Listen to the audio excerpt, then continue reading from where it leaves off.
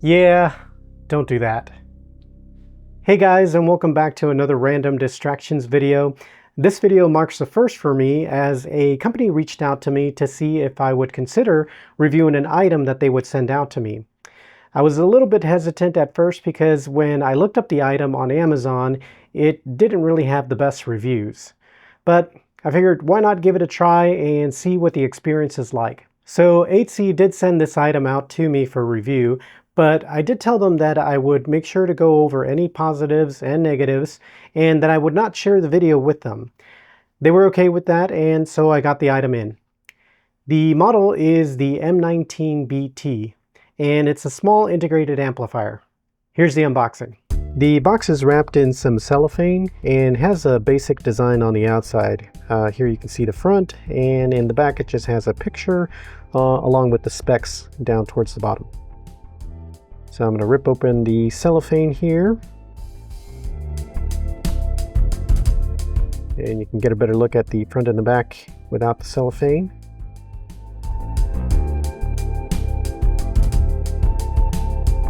Alright, so inside we have the manual.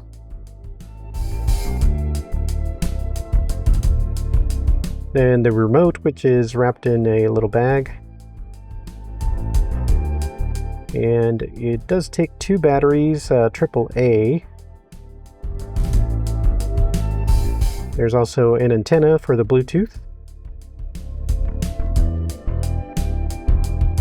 A power brick, which is rated at 24 volts and 5 amps. There's also a 3.5mm to RCA cable.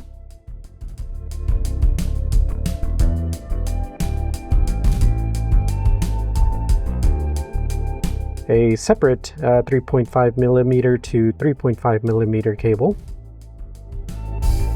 And the power plug for the brick.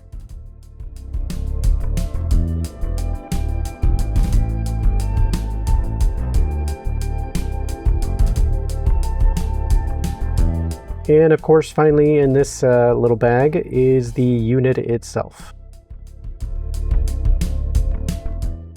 So yeah, here's the unit itself. It doesn't actually feel that bad in the hands. And per the product description, it's made out of aluminum alloy, which you can kind of hear that. But it's 4.6 inches wide, 3.7 inches deep, and 1.69 inches high. The rubber feet on the bottom here also feel nice. It doesn't rattle and feels decently made.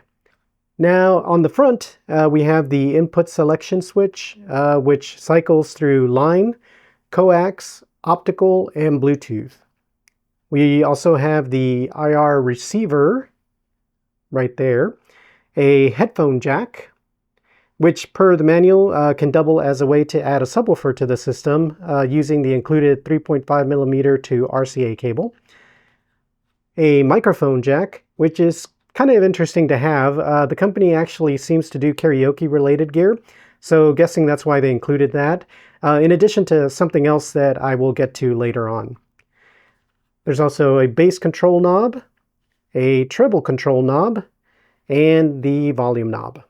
On the back, we have the RCA in, coaxial in, optical in, the speaker binding posts, a Wi-Fi antenna connector, and of course the power input, which, as you probably heard, but it didn't show up in the recording, the spark that happened.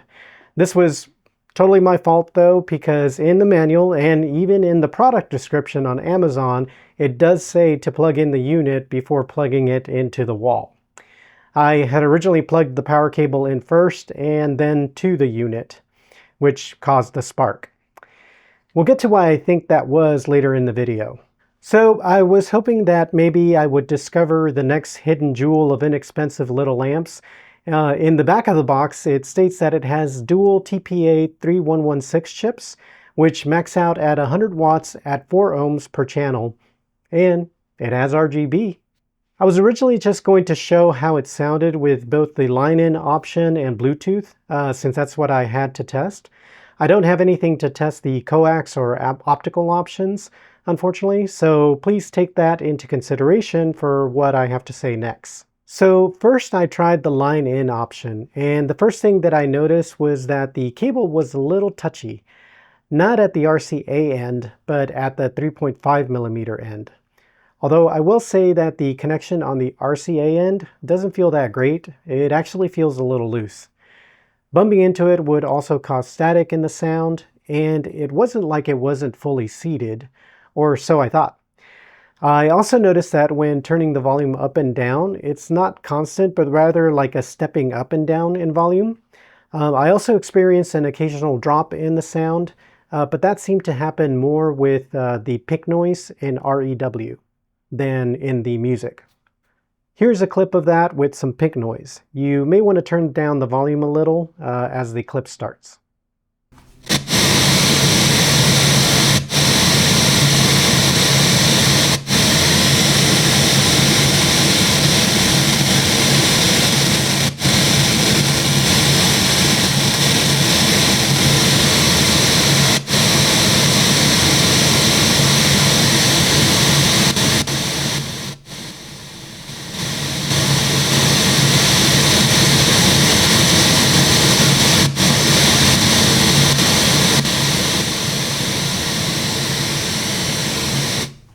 So then I was like, well, this has Bluetooth, so no worries about a cable, being an issue. It did also have the stepping in the volume, but it felt a little less, and I didn't experience any strange drops in sound with the pink noise. Here's a clip of that. Again, you may want to start with a lower volume.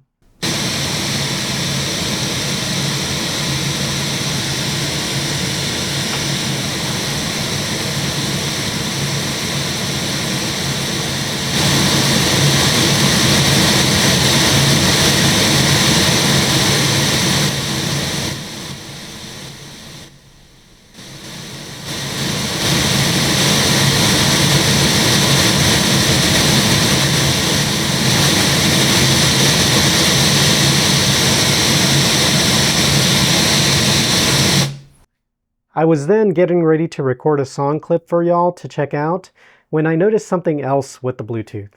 When I had switched between the inputs and even when turning the unit off and on, sometimes it did something really weird. Listen to what I mean, but definitely turn the volume down first. I'll give you just a second to do that.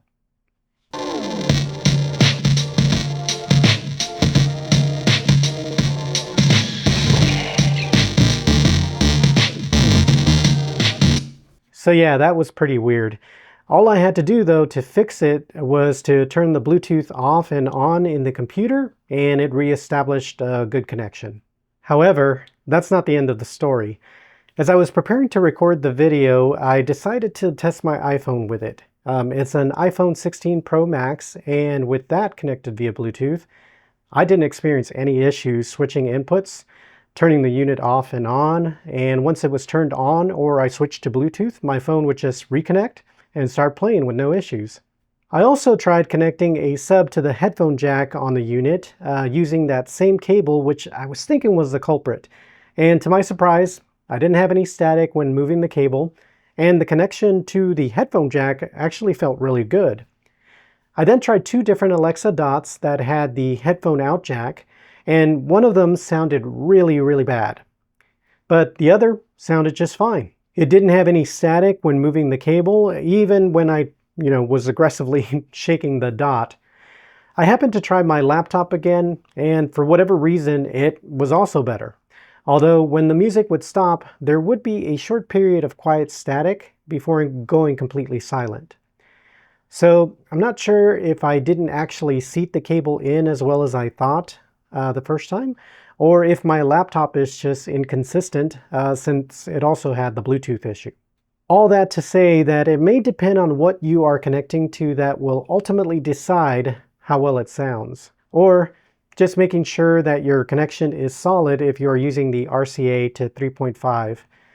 Again, I didn't try coax or optical. I would imagine that the optical would probably be the better of the physical connections just because of how it connects. With that out of the way, let me let you listen to the song clip. I'm just including the Bluetooth version since they both sounded similar, and the Bluetooth connections, once it was well established anyway, on my laptop, seemed to be a better option.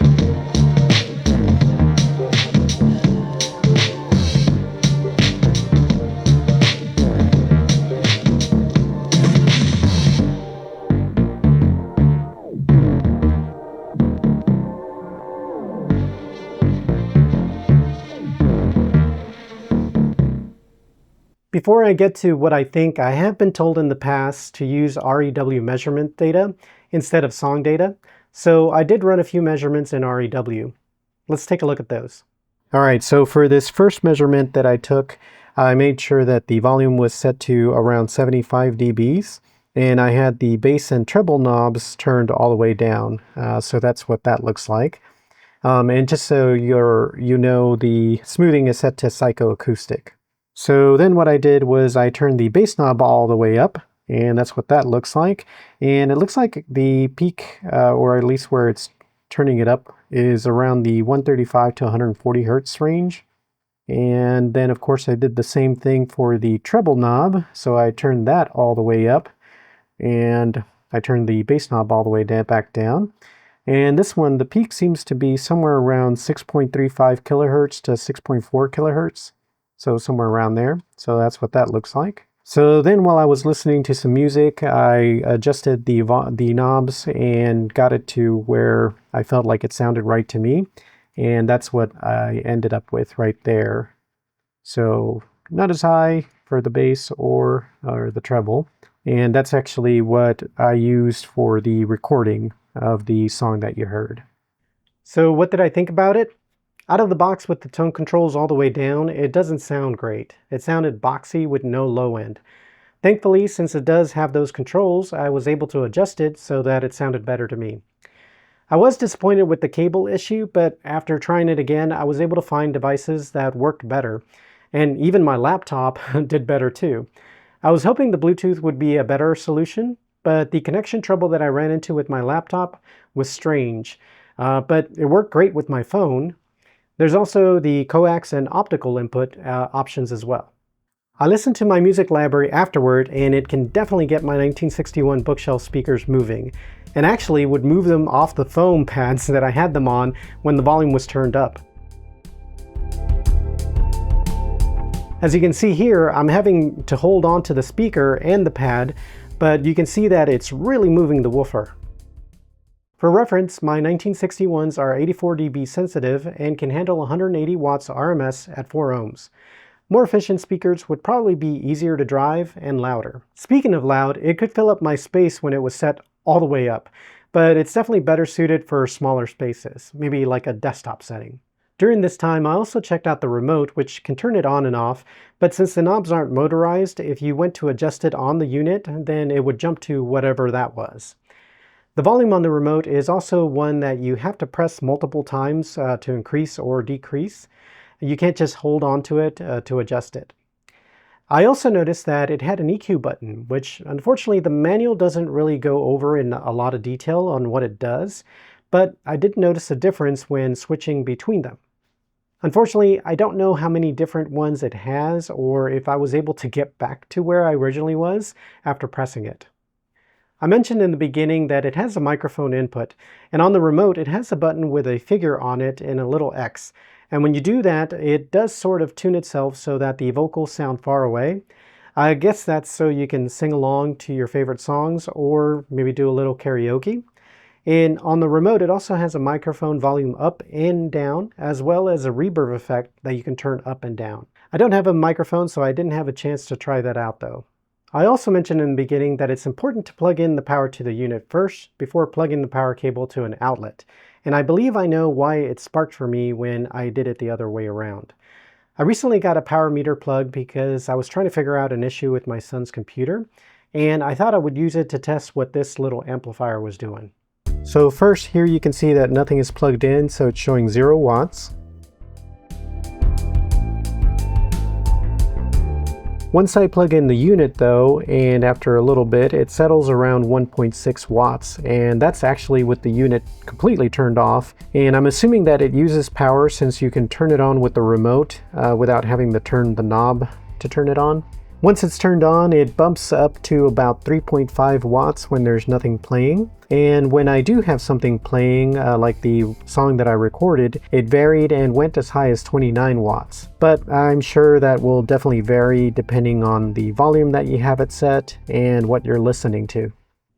What does all this mean? I don't know.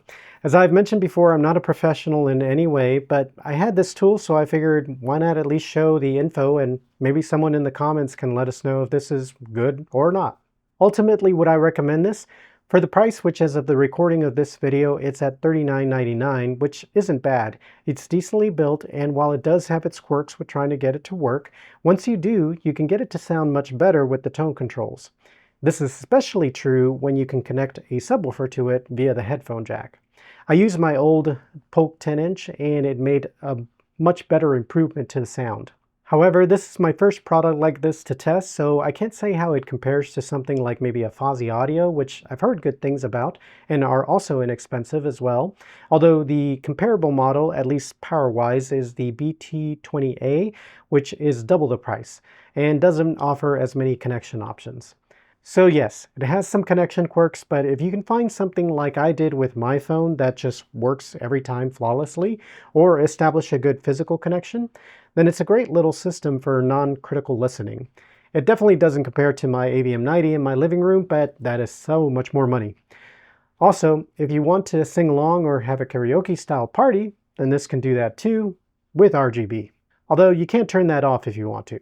Well, that's all that I have for this video. I would definitely appreciate a like, of course, on this video, and make sure to subscribe and hit that notification bell so you'll be notified when the next one drops. Until then, I hope you have a good one.